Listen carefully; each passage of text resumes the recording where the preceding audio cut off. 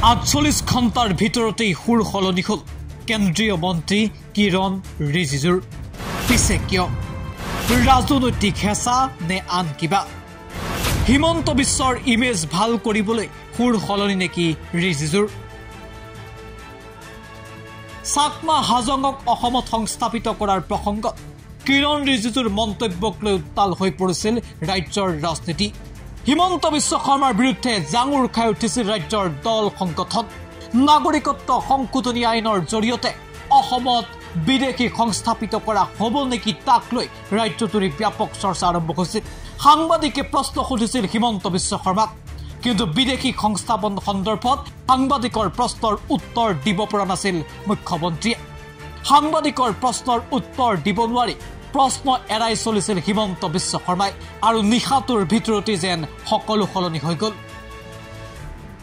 হিমন্ত বিশ্ব শৰ্মা যেনিয়ে যায় তেনিয়েই কেৱল সাংবাদিকৰ এটাই প্ৰশ্ন, চাকমা হাজঙৰ প্ৰসংগ। উত্তৰ দিব নোৱাৰি হল ঠেকত হিমন্ত বিশ্ব শৰ্মা, আৰু নিশাটোৰ ভিতৰতেই এইবাৰ সুৰ সলনি কৰি কেন্দ্ৰীয় মন্ত্ৰী কিৰণ ৰিজিজুৰ মন্তব্য যে চাকমা হাজঙক অসমত সংস্থাপনৰ কথা মই কোৱা নাই। তো মইতো এইটো কোৱা নাই না যে অসমত বহাবলৈ বা ডক্টৰ হিমন্ত বিশ্ব শৰ্মা ডাঙৰীয়া অসমত পুৰা চাকমা হাজং বহাবলৈ, এইটোতো কোৱাই নাই। হিমন্ত বিশ্ব শৰ্মাক ৰাজনৈতিকভাৱে বদনাম কৰা হৈছে। মুখ্যমন্ত্ৰী ডক্টৰ হিমন্ত বিশ্ব শৰ্মা ডাঙৰীয়াৰ ইমেজটো বেয়া কৰিবৰ কাৰণে কোনোবা অসমত নিউজ চলাইছে। পিছে নিশাটোৰ ভিতৰতে কিৰণ ৰিজিজুৰ এই মন্তব্যক লৈ চৰ্চা আৰম্ভ হ'ল। এইটো মই যি শুনি পাইছে, অসমত কোনোবা বদমাছ কৰি এটা নিউজ, ফেকচুৱেলি ইনকাৰেক্ট নিউজ, মানে সঁচা নাই এনেকা নিউজ অসমত স্প্ৰেড কৰাই দিছে। আৰু আমাৰ অসমৰ মুখ্যমন্ত্ৰী ডক্টৰ হিমন্ত বিশ্ব শৰ্মা ডাঙৰীয়াৰ ইমেজটো বেয়া কৰিবৰ কাৰণে কোনোবা অসমত নিউজ চলাইছে, সেইটো মই ক্লেৰিফাই কৰি দিম। অৰুণাচলত এটা কুৱেশ্যন মোক কৰিছিলে চাকমা হাজং লৈ, তেতিয়া মই কৈছিলে চাকমা হাজংবিলাক অৰুণাচলত ৰেফিউজি হিচাপতে সিহঁতক কংগ্ৰেছ চৰকাৰ আনিছিলে 1964ত, আৰু 1964 পৰা 1970লৈকে মাজে মাজে চাকমা হাজং মানুহ লৈ অৰুণাচলত বহাইছিলে। তাৰপিছতে চিটিজেনশ্বিপ এমেণ্ডমেণ্ট এক্ট পাছ হৈছে। তেতিয়া as a tribal state, Arunachal Pradesh 100% tribal state হয়, তাত চিটিজেনশ্বিপ সিহঁতে নাপায়, মানে এইটো as per the act of the parliament. তেতিয়া আমি হোম মিনিষ্টাৰ অমিত শ্বাহ ডাঙৰীয়াৰ লগত কথা পাতি আমি ভাবিছোঁ যে চাকমা হাজংবিলাকক ৰিকুৱেষ্ট কৰি অৰুণাচলত পাৰ্মানেণ্ট চিটিজেনশ্বিপটো নাপায়, বেলেগ জেগাত বহাবলৈ আমি এপিল কৰিম। সেইটো আমি এটা ষ্টেপ উঠাইছিলে। তেতিয়া অসমৰ আমাৰ মুখ্যমন্ত্ৰী হিমন্ত বিশ্ব শৰ্মা ডাঙৰীয়াক আমি ৰিকুৱেষ্ট কৰিছোঁ যে আপুনি সহায় কৰক, আমাক এইটো ৰিএল'কেশ্যন কৰিবলৈ যিমান পাৰে আপুনি সহায় কৰক বোলে। তো ডক্টৰ হিমন্ত বিশ্ব শৰ্মা ডাঙৰীয়া যে নট অনলি অসমৰ চিফ মিনিষ্টাৰ, তেখেতে আমাৰ নেডাৰ north eastern Democratic এলায়েন্সৰ convener B হয়, আৰু নৰ্থ ইষ্টৰ এটা ছিনিয়ৰ চিফ মিনিষ্টাৰ। তো তাক মাত্ৰ ৰিকুৱেষ্টে কৰিছিলে, আৰু বাকী ষ্টেট অল ইণ্ডিয়াত য'ত য'ত পাৰিব তাত ছেটেল কৰাবলৈ আমি এটা অপশ্যন বিচাৰি কিনি এপিল কৰিছোঁ। তো মইতো এইটো কোৱা নাই না যে অসমত বহাবলৈ বা ডক্টৰ হিমন্ত বিশ্ব শৰ্মা ডাঙৰীয়া অসমত পুৰা চাকমা হাজং বহাবলৈ, এইটোতো কোৱাই নাই। ময়ে এপিল কৰিছিলে যে বেলেগ বেলেগ ষ্টেটত বি এটা অপশ্যন বিচাৰিলে ভাল, কাৰণ সদায় চাকমা হাজংবিলাক অৰুণাচলত থাকিলে কনফ্লিক্ট হৈ থাকিব, কাৰণ এজ পাৰ দ্য এক্ট সিহঁতে অৰুণাচলত চিটিজেনশ্বিপ নাপায়, টেম্পৰেৰী ৰেচিডেণ্ট হিচাপতে থাকি আছোঁ। যি মিষ্টেক কৰিছে কংগ্ৰেছ পাৰ্টীয়ে কৰিছিলে, আমিতো কৰা নাই।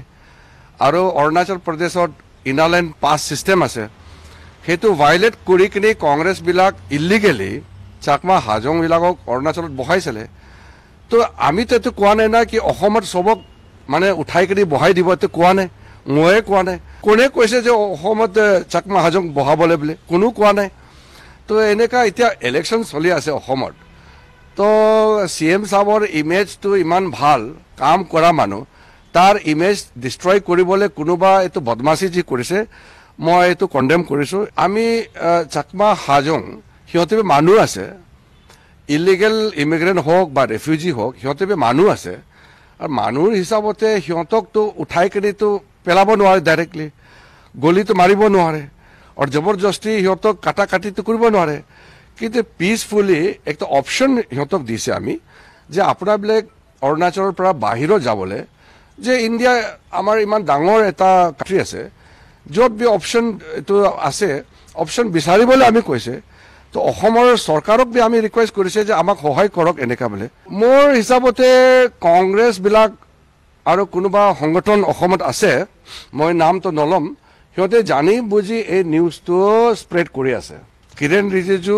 আৰু ডক্টৰ হিমন্ত বিশ্ব শৰ্মা ডাঙৰীয়া কথা পাতি চাকমা হাজংটো অসমত বহাব লাগে বোলে এনে মিছামিছি কোনোবা পেলাই দিলে কথাটো এটাতো কথাটো সঁচা নাই কিন্তু তাৰ ইণ্টেনশ্যন যিহেতু এনেকা মিছামিছি গলত নিউজটো এনেকা স্প্ৰেড কৰাটো কোনোবা এটা জানি বুজি কোনোবা কৰিছে মই এনেকা লাগি আছে আৰু যোনে হওক এনেকা কৰিব নাপায় আৰু কংগ্ৰেছ পাৰ্টিকটো মই কৈ আছোঁ যে এনেকা কৰিলে আপোনাক ভোট নাপায় কাৰণ মিছা কথা কৈ মানুহৰ ওচৰতে মিছলিডিং ইনফৰমেশ্যন দি ভোট খোজাটো ভাল কথা নাই এজ পাৰ CAA যি প্ৰভিজন আছে তাতে ট্ৰাইবেল এৰিয়াছ শ্বেডিউল্ড এৰিয়া আৰু প্ৰটেক্টেড ষ্টেট যিমান আছে তাত এনেই বি মাত্ৰ চাকমা হাজং নাই জেনুইন ইণ্ডিয়ান বি তাত মাটি কিনাটোতো